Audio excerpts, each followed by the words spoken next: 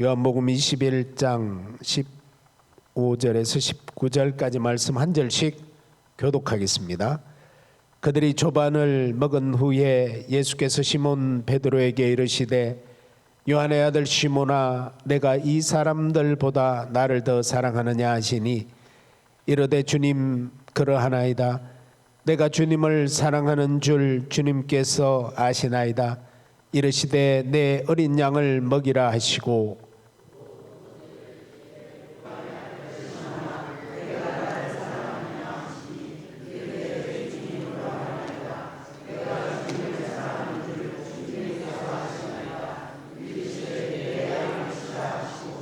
세 번째 이르시되 요한의 아들 시몬아 내가 나를 사랑하느냐 하시니 주께서 세 번째 내가 나를 사랑하느냐 하심으로 베드로가 근심하여 이르되 주님 모든 것을 아시오매 내가 주님을 사랑하는 줄을 주님께서 아시나이다.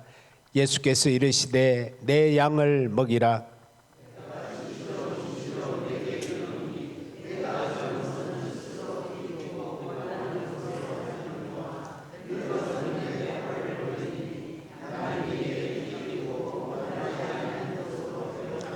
다 읽습니다. 이 말씀을 하시면 베드로가 어떠한 죽음으로 하나님께 영광을 돌릴 것을 가리키심이라. 이 말씀을 하시고 베드로에게 이르시되 나를 따르라 하시니 아멘. 부활하신 주님의 은혜와 평강이 오늘 월삭기도에 나오신 성도님들 여러분들과 함께 하시기를 빕니다. 지난 주일은 예수님께서 죽음을 이기시고 부활하신 부활주일이었습니다. 예수 그리스도의 그 부활은 우리에게 산 소망이 됩니다. 우리가 오늘 다시 살아내는 이 힘은 바로 예수님의 부활 때문입니다. 하지만 예수님 당시에 부활의 소식을 직접 들었던 그 제자들은 그렇지 않았습니다. 예수님께서 부활하셨다는 이 기쁜 소식을 듣고서도 들었음에도 불구하고 제자들은 여전히 혼돈 속에 빠져 있습니다. 예수님의 그 예루살렘 입성과 또 성전 정화와 겟세마네 동산에서의 기도, 그리고 겟세마네 동산에서의 또 체포, 그리고 십자가의 처형, 그리고 여인들이 들려줬던 그 빈 무덤의 소식까지, 이 짧은 한 주간의 그 짧은 시간이 그들에게는 영원처럼 느껴졌을지도 모릅니다.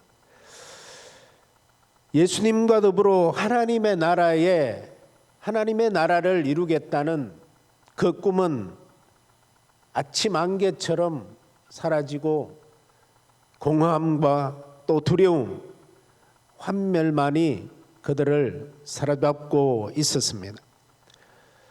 그러나 제자들을 더욱더 침묵 속으로 빠뜨리는 것은 자기들의 나약함과 그 비겁함 때문에 그들은 더욱더 할 말이 없었습니다. 예수님과 함께라면 죽는 데까지 함께 하겠다고 호언 장담했던 그들이었지만, 그러나 예수님이 그 잡히는 순간에 저항다운 저항 한번 해보지 못한 채 그 고난의 현장에서 달아났던 그 비겁함, 그것이 떠올랐을 겁니다. 쪼그라든 가슴과 또 멍이던 자기들의 마음을 바라보는 것처럼 참담한 노릇이 또 있을까요?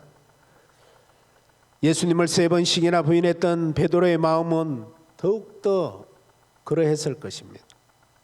당신도 그의 제자 가운데 한 사람이지요? 라고 묻는 그 여종의 질문에 아니요, 난 아니요, 나는 그 사람을 모른다고 부인했던 그 시간이 자꾸만 떠올라서 후회와 자기 혐오에 가까운 감정에 베드로는 사로잡혀 있었습니다. 어느 순간 베드로는 그 침묵을 깨고 나는 고기 잡으러 가겠소. 그 소리를 기다렸다는 듯이 주변에 있던 친구들도 우리도 함께 가겠소 하며 응합니다. 사람을 낚는 어부가 되겠다고 예수님을 따랐던 베드로는 고기를 잡는 옛삶의 삶으로 복귀하겠다고 선언한 것입니다. 너무나도 슬픈 전락입니다.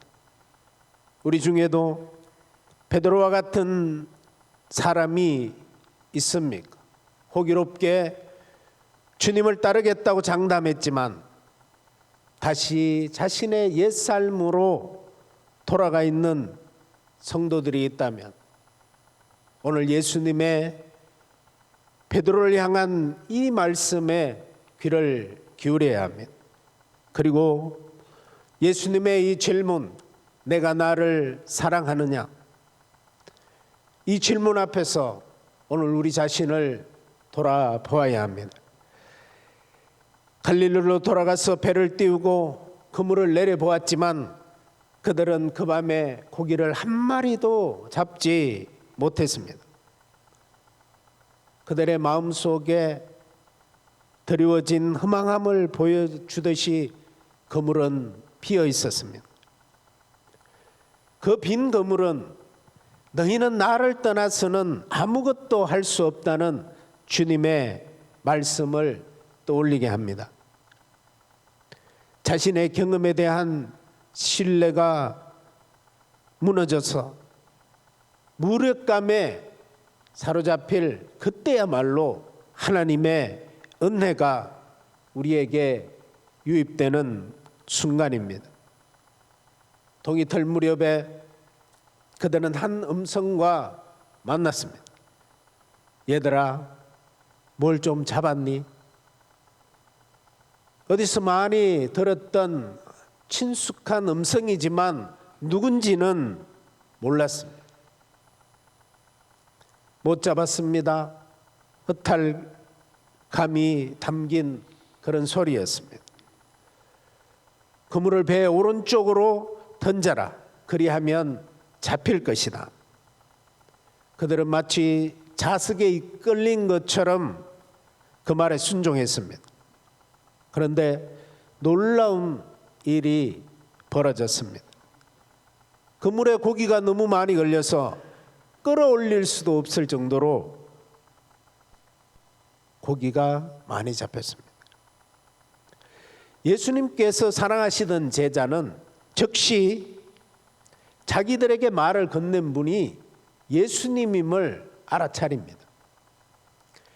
그 제자의 말을 들은 베드로는 겉옷을 두르고 헤엄을 쳐서 예수님께로 갑니다.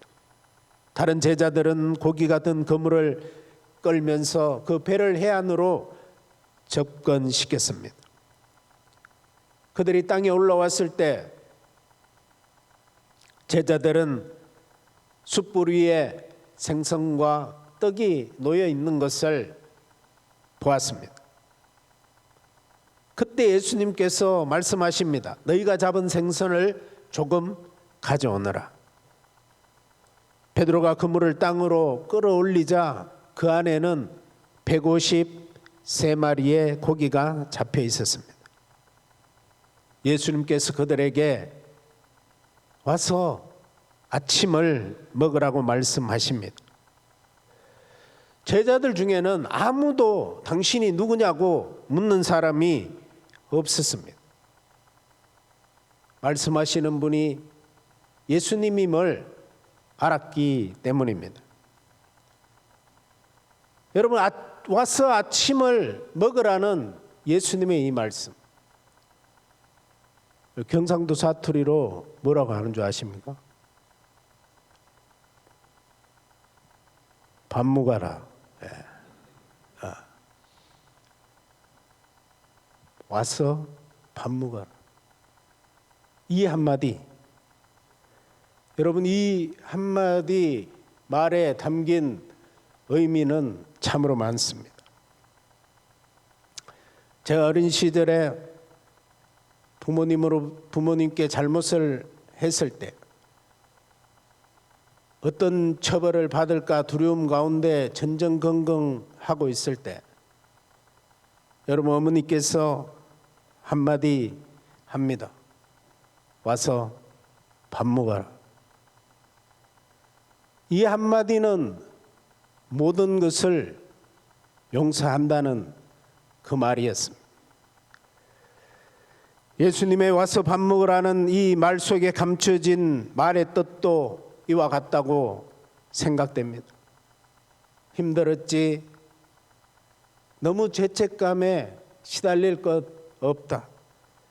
너희는 나를 버렸지만 나는 너희를 한 번도 버린 적이 없다. 나는 여전히 너희를 믿는다. 말로 표현할 수 없는 예수님의 사랑이 이 한마디 말에 다 포함되어 있습니다. 제자들의 못난 그 행위에 대한 비판이나 비난의 말은 일체 없습니다. 오히려 그들의 아픔과 허탈감 그리고 부끄러움까지도 감사 않으십니다. 시편 기자도 우리가 저지른 잘못을 꾸짖지 않으시고 노를 끝없이 품지 않으시는 하나님의 그 놀라운 사랑을 이렇게 노래합니다. 시편 103편 13절에서 14절 말씀입니다. 다 같이 한번 읽어보겠습니다. 아버지가 자식을 긍휼히 여김같이 여호와께서는 자기를 경외하는 자를 긍휼히 여기시나니 이는 그가 우리의 체질을 아시며 우리가 단지 먼지뿐임을 기억하심이로다. 아멘. 이날 제자들이 경험한 이 경험은 어떤 말로 우리가 표현할 수 있을까요?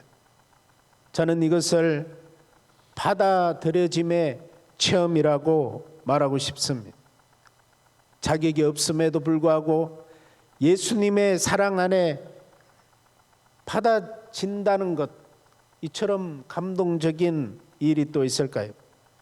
우리 모두는 예수님의 이 받아들임을 경험한 사람들입니다. 예수님의 그 초청, 예수님의 그 식탁에는 아무도 제외되는 사람이 없습니다. 예수님과 함께 아침을 먹은 뒤에 예수님은 시몬 베드로에게 이렇게 질문합니다. 요한의 아들 시몬아, 내가 이 사람들보다 나를 더 사랑하느냐? 베드로가 아니라 시몬이라고 부른 데에 우리는 주목해 볼 필요가 있습니다. 예수님은 반석처럼 우뚝 선 베드로가 아니라 여전히 부끄러움과 자책감에 흔들리고 있는 그 시몬을 부르십니다. 예수님은 내가 나를 믿느냐고 묻지 않았습니다.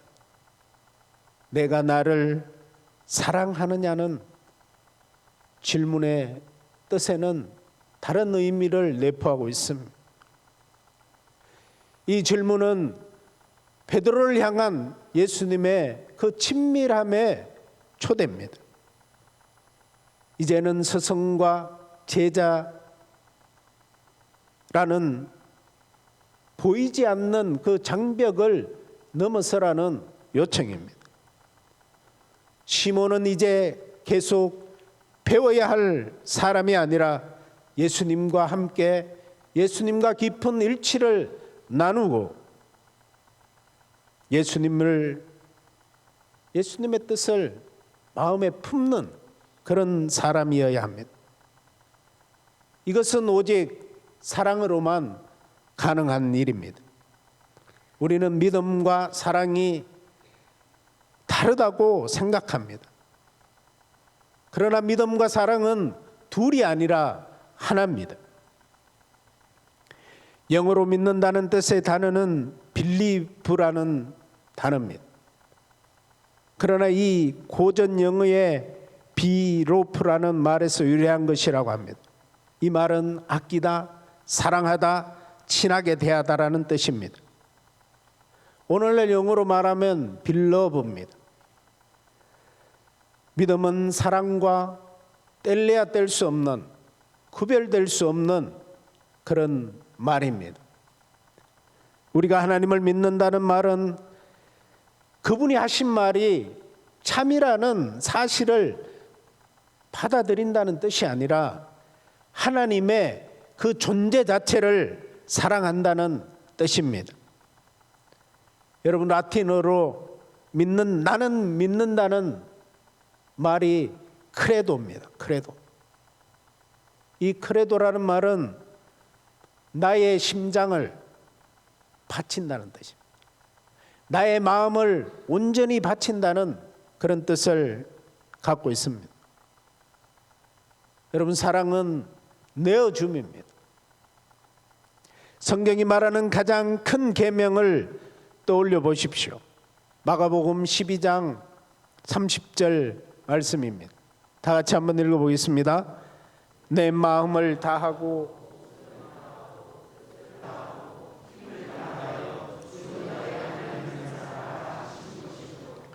내 마음을 다하고 내 목숨을 다하고 내 뜻을 다하고 내 힘을 다하고 다하여 주 너의 하나님을 사랑하라는 것. 이것이 크고 가장 큰 계명입니다.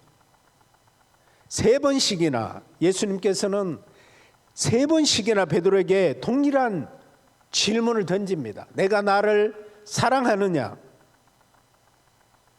어떤 사람들은 이 사랑하느냐는 물음 가운데 사용된 헬라어 단어 아가파오와 필레오의 차이를 들어서 설교를 하거나 중요한 단어라고 말하는 사람도 있지만 사실 이 질문은 같은 질문을 반복해서 하는 겁니다. 반복된 질문 앞에 설 때 우리는 우리 자신을 돌아보게 됩니다. 베드로는 이전처럼 확고하게 단호하게 대답하지 못합니다. 그는 과도한 자기 확신이 얼마나 쉽게 무너지는지를 경험했기 때문입니다. 내가 주님을 사랑하는 줄 주님께서 아십니다. 이 대답인 동시에 예수님의 사랑을 힘입어야 그럴 수 있기를 바란다는 그런 뜻을 내포하고 있습니다. 이 머뭇거림이야말로 신앙이 깊어지고 있다는 사실을 반증해 줍니다. 자기 확신에 차서 무례하기 이를 데 없는 그리스도인들을 보는 것처럼 우리는 안타까운 일이 없습니다. 부활하신 예수님은 시몬 베드로의 이 대답을 듣고는 내 어린 양떼를 먹이라고 말씀하십니다. 예수님을 사랑한다는 말은 예수님께서 사랑하시는 이들을 사랑한다는 말과 뗄래야 뗄 수 없이 연결됩니다. 어린 양떼라는 말은 에스겔 선지자의 메시지가 떠오릅니다. 하나님은 자기 자신만을 돌보는 이스라엘의 목자들에게 화가 있을 것이라고 말씀하셨습니다. 그들은 살찐 양을 잡아 기름진 것을 먹고 양털로 옷을 해 입으면서도 양떼는 먹이지 않았기 때문입니다. 에스겔 34장 4절 말씀입니다. 같이 읽어봅니다. 너희가 그 연약한 자를 강하게 아니하며 병든 자를 고치지 아니하며 상한 자를 사며 쫓기는 자를 돌아오게 하지 아니하며 잃어버린 자를 찾지 아니하고 다만 부엌으로. 예수님께서는 일찍이 나는 선한 목자라고 선포하셨습니다. 선한 목자는 양들을 위하여서 자기 목숨을 버립니다. 예수님의 그 십자가야말로 어린 양들인 우리를 향한 예수님의 그 희생을 보여줍니다. 양떼를 먹이는 것, 그래서 양들로 하여금 생명을 풍성히 누리게 하는 것, 그것이 베드로에게 위임된 사명이었습니다. 이 소명은 고통과 아픔을 통과한 것이기에 더욱더 소중합니다. 우리는 있는 그대로 우리를 받아들이시는 예수님의 그 사랑이 우리를 새로운 존재로 거듭나게 해주셨습니다. 신앙생활은 홀로 만족하는 것이 아니라 바로 자기 골방에서 나와서 주님이 말씀하신 그 어린 양떼에게로 가는 것입니다. 이제껏 우리는 우리 삶의 무게 때문에, 우리 삶의 인생의 무게에 짓눌려서 그 주님의 명령에 순종하지 못했습니다. 예수님께서는 소명을 받아들인 이 시몬 베드로의 삶이 철저하게 바뀔 것을 예고해 주셨습니다. 베드로는 더 이상 자기 좋을 대로 사는 사람일 수 없습니다. 하나님의 뜻이 그를 이끌 것이기 때문입니다. 베드로는 예수님을 신뢰하며 그분을 따라야 합니다. 부활의 예수님 이후 시대를 살아가는 우리는 이제 새롭게 살아갈 용기를 내야 됩니다. 예수님께서는 지금 우리에게 물으십니다. 그리고 명령하십니다. 내가 나를 사랑하느냐? 그러면 나를 따르라.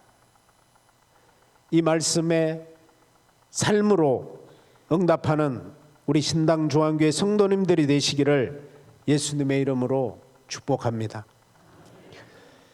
하나님 아버지, 내가 나를 사랑하느냐라는 예수님의 질문 앞에 지금 우리가 서 있습니다. 이 질문에 선뜻 대답할 수 없지만 우리가 주님을 사랑하는 줄 예수님께서는 아십니다. 베드로를 있는 그대로 받아들이신 주님께서 저희들도 있는 그대로 받아주시고 거듭나게 하셔서 새로운 사명을 주셨습니다. 이제 내가 나를 사랑한다면 나를 따르라는 주님의 명을 받습니다. 부활하신 주님을 사랑하는 만큼 주님이 주신 사명을 감당하며 살아가는 저희들이 되도록 인도하여 주시옵소서. 부활하신 예수 그리스도의 이름으로 기도드립니다. 아멘.